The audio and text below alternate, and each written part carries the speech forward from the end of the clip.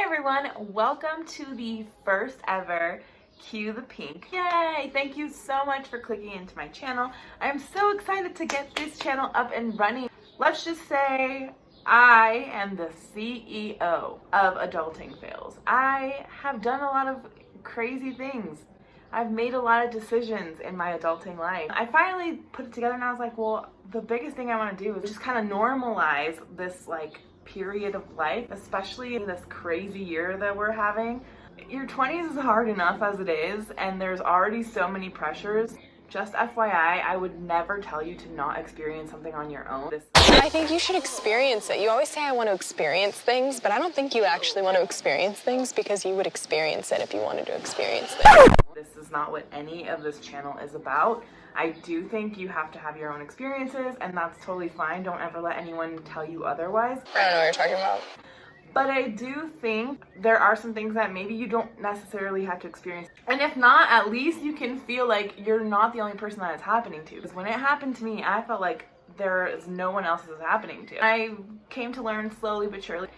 We're all on a journey. Why not bring a channel, bring the knowledge to this huge word, adulting, and bring it from someone that's not doing it amazingly, that has stumbled and has come across multiple rock bottoms. I feel like I have a lot to share. So we're starting this video off that I like to call 10 times I failed at adulting so you didn't have to. Like, everyone gets warned about puberty, but no one ever well, at least I never felt like I got the warning about my 20s, and I really would have appreciated it. I do think it has to do with how different generations have grown up and how life is changing so quickly. It's good to know that your 20s are another form of puberty, especially 25 and beyond. So we're starting this video off with number 10, temper tantrums at 25. What does this mean? That your girl had a total meltdown, meltdown the day she turned 25. Nobody loves me. Harry Styles doesn't seem to be marrying me anytime soon. I'm single. I live back at my parents' house. I'm not a famous actress yet. I moved out to New York and I'm back at my parents' house. They left One Direction. It's starting to look like Harry Styles is really just not going to marry me, and people are right about that. I can't stress the word meltdown enough. Meltdown. I could not physically bring myself to stop crying. It was unreal. So basically, I just cried. I think it was it's scientifically proven. I think I can link an article or something below, proven that at 25 you have this thing happen to you, like your little kid brain. This is my understanding of it. That sounded so dark. You can cry if you want to, it's your party. But if you don't need to cry, listen, if you can avoid a breakdown at an IHOP, right? Just know, or if you feel weird that you're crying and you don't understand yourself, just cry, man. Don't add to the weirdness. I think that's what it is too. I couldn't stop crying because I was adding to the weirdness of it. Why am I crying? What's wrong with me? I don't know what you're talking about. Enjoy your cry. I'm telling you, after, when time passes, you, look at it and you're like, that's the best story I have. This is fucking hilarious. My belief of all I need is money for rent, food, and my phone. That was my, actually, that was me being I have a game plan. I know that I'm moving out, and I know that I need to pay the rent, I need to feed myself, and my cell phone has to work. That's it. And I'll make it. I'll adult like a champion. And the first week that I actually spent in New York, my mom was there with me. So she sorted me out. So I continue to believe that as long as I can have these 3 things, I'd be fine. With my apartment, obviously it was not Blair Waldorf's house. I was living as if I was a Humphrey, but not mooching on Lily, as if the Humphreys could finally have moved up to the Upper East Side, like that. If you get my reference, you need to follow me. You need to subscribe right now. So I was I still had time to feel like I was in this bubble.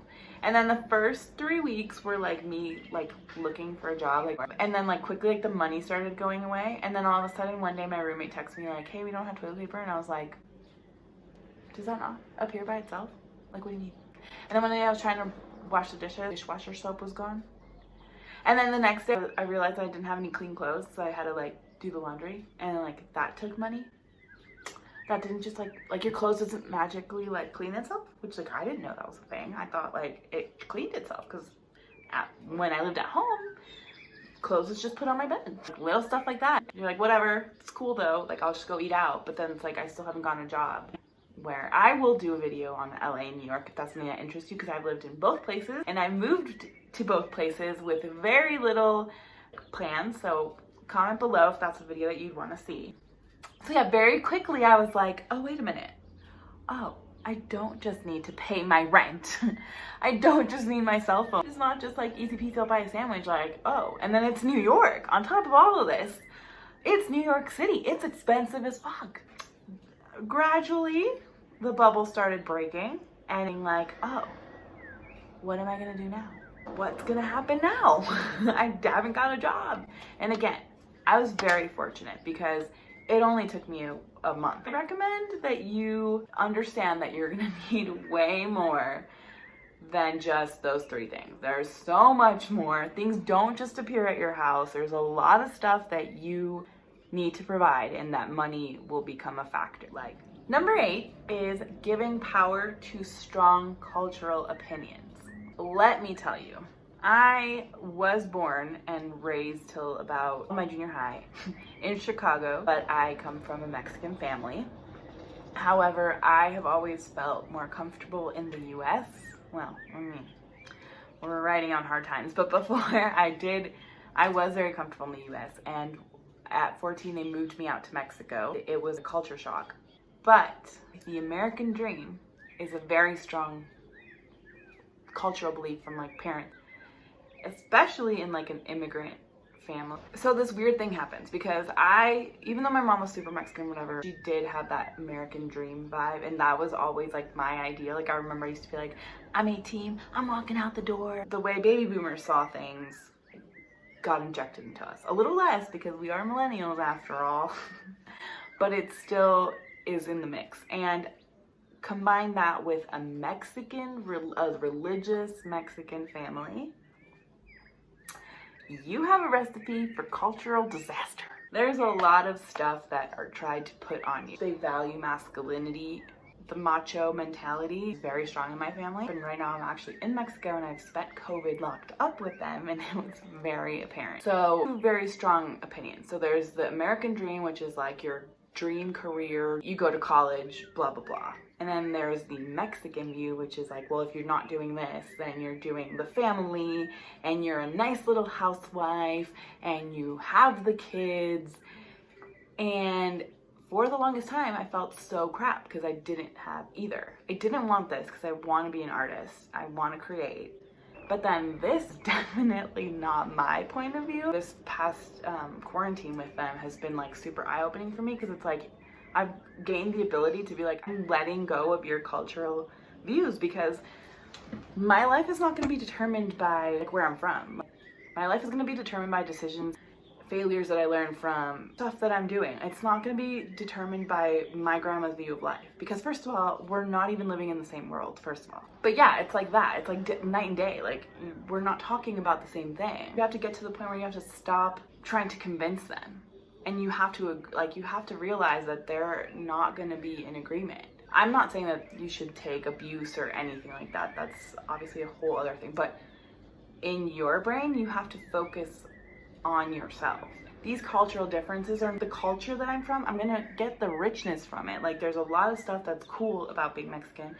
There's some great stuff about the American dreams. And granted, some people are not allowed to live the American dream, where it's being exposed how much we're like, the American dream is for a certain group. So that's already out the bag. What life do you want to live? So first of all, as a creative, that's always something you're like, You want to be an actor? Like, oh my god, you know how many actors there are? You're moving to LA? that's already a cultural view of it. You want to dedicate yourself to the arts? Like, why? All those opinions, little like cultural stuff that pop up in general, like if you want to be an artist and they ask you why you want to be an artist, like you're gonna starve to death. I could starve to death being a lawyer. I could starve to death being a doctor. It does not mean anything. Or me wanting to be creative is not going to keep me from making the millions. That's going to be my mindset. But I'm not going to pressure myself for other people. It's so cliche, but it's the truth. And I think that's one of my biggest adulting fails. what I feel about myself should not come from that. I think that's a big one for me, is wasting my time worrying about stuff that's not even really what I want to be worrying about. Say goodbye. You've learned from it, and that's fine. Like, if the bad can become the good, but you have to be able to get rid of the clutter. Number 7, stocking up on adulting items. For me, the buying adulting stuff, this happened to me in LA. I leased my own apartment. To lease your own apartment, that's such an adulthood move. But I was stuck in that lease, and that's not something I like to feel. And very quickly did I realize nothing about signing a lease meant anything to anyone, made me any more of an adult. I think this goes back to the cultural stigmas in my head. So what's the next best thing? Having my own apartment. Obviously, by buying a vacuum, it also did not make me more of an adult. Like, it just didn't. My Foreman grill did not make me more of an adult. My Keurig made me happy, but it didn't make me more of an adult. And I ended up Uber eating everything, mostly, or eating at work. And I was just spending money stupidly. You'll have a bad day and you'll go into Target and you'll buy an adulting item, and then you'll come back home and you're like, why the fuck did I do this? You're the one who determines whether you're adulting or not. Nobody else will determine that for you, first of all. Second of all, no item in the world will make you an adult. Not even a house. No item or human. Just because you're married does not mean you're adulting. It doesn't change anything. And life will still hand you a crap load of stuff that you won't know how to deal with. But yeah, all I'm saying is, no item, no thing you do, no person is gonna make you more of an adult. You have to feel that for yourself. And trust me, if you're feeling way too adult, that's not fun. Someone gives you a pair of socks and you're excited about it, you're adulting. Because when you get excited about socks and underwear, you know you're adulting. Don't go buy some George Foreman grill if you don't even eat at home. Accept where you are in life. Buy yourself a pair of socks, and they'll make you happy. And if they make you happy, you'll feel like an adult. Actually, why do I keep going on? That was the secret right there. Buy socks. Number 6, we're almost there, folks. Adulting so hard, you become unhealthy. Or adulting. This happened to me in LA. It was not the place for me. Personally, I very much believe that. It did help a little bit with my dreams, but it's not the place for me. In that process, and I didn't want to let go because I was adulting and I was living on my own, and like I had a George Foreman grill and my Keurig, and yeah, but I was so unhealthy. I was eating out all the time. I bought chocolate like it was gonna go out of the business. I didn't sleep a lot. My face, this is when I got here to Mexico. Like, yeah, I have some imperfections, but that was my face. Like, I just exploded in hormonal acne. I'm not the skinniest, never really have been, but I gained crazy amounts of weight, like just completely disregarded my health and felt like crap. Like, yeah, not very helpful and not very inspiring to myself. So I spent a lot of time doing even more unhealthy stuff because it's a cycle. Like, right now, I feel good in my body. Is it perfect? No. I don't have abs. I have flabs, not abs. And I'm okay with it. I'm learning to get there. Like, I know that I can put in the effort, but I haven't necessarily wanted to put in that extra effort. But my health, I have, especially with COVID and all this that's going on. Your health is your health. It stopped a lot of things, and that basically just proves that our health is important. It's small little steps to make better decisions, because health really is the key to like almost everything. Number 5, hey, we're halfway through. Letting your insecurities take the wheel. Do not let your insecurities take the wheel. Let Jesus take the wheel. Now, I think this was a big adulting fail. That same year of 25, I got the opportunity to go on a Kentucky trip. I got to go to Europe and I spent like around a month. It literally felt like a reality show. It was one of the best experiences, but I will say, like, when I look back, there are so many moments or so many people that I didn't really like relate with or something because of my insecurities. As I look back on it, and sometimes I look at pictures and I'm just like, I wish I wouldn't have cared. Listen, it's an adulting fail, and that does happen to all of us, and I still have moments where I like have my insecurities and I'm like, ooh, I wish I didn't have those. I encourage you to find a way to get something out of your comfort zone. So like, don't fight the insecurity, but also try to make it a part of you without carrying it and having it literally take the wheel. Maybe that's also why didn't really ever start my YouTube channel. Number 4, failing at finances.